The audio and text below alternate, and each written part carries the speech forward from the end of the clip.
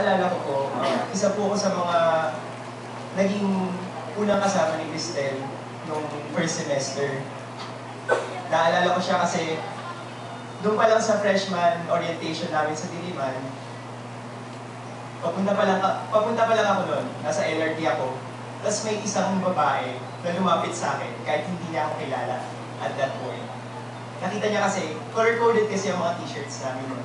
Tapos nakita niya na magkakulay kami ng t-shirt, kaya nilapitan niya kaagad ako.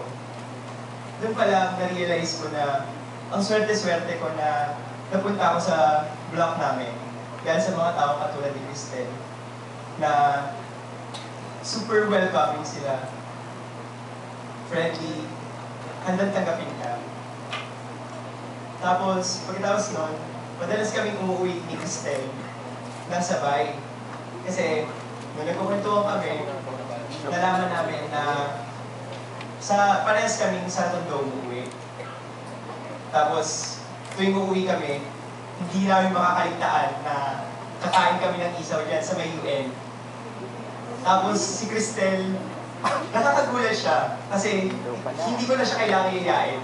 Nasabihin niya kaagad. Sinabi ko sa kanya noon na isa sa mga paborito ko talagang street food ay isaw. Tapos hindi ko na siya kailangan iyayain. Siya lang mismo hihila sa akin papunta doon sa isaw sa UN. At hindi siya kakain ng isa lang. Dapat dalawa or mas marami pa.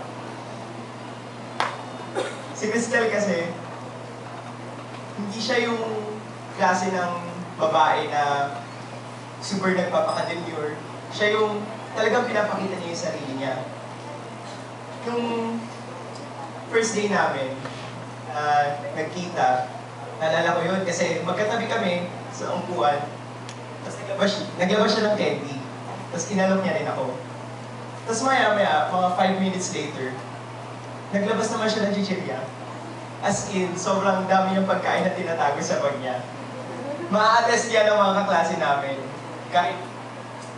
Kahit yung mga kaibigan niya, na madalas niya rin nakakasama, talagang may magic nga raw sa bag ni Cristel. Kasi, ang daming lumalabas na pagkain doon.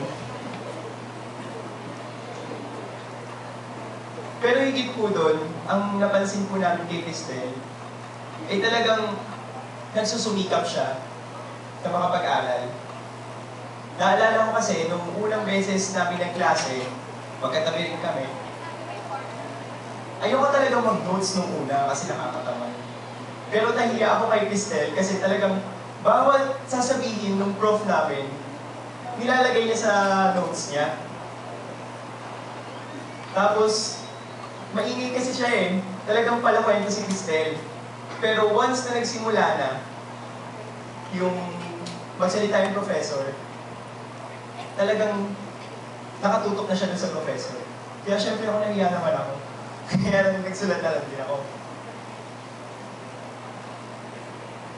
Si Cristel yung tao na napakatatag.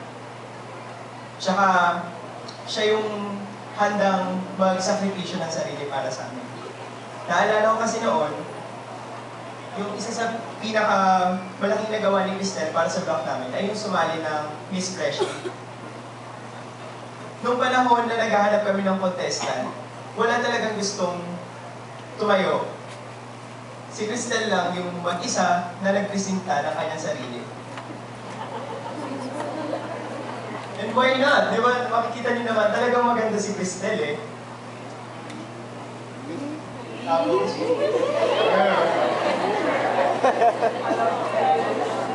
friends na kami.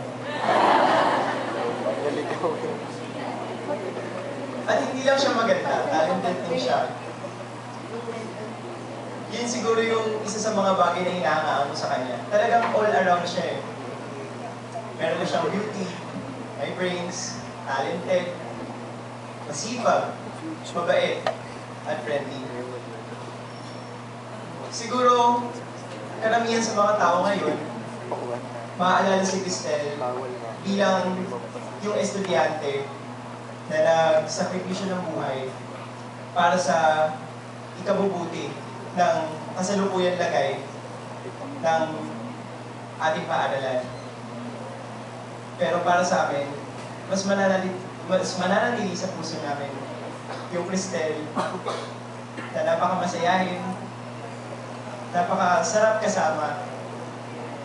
Yung Cristel na mapapatunayan mo na talagang tunay na kaibigan.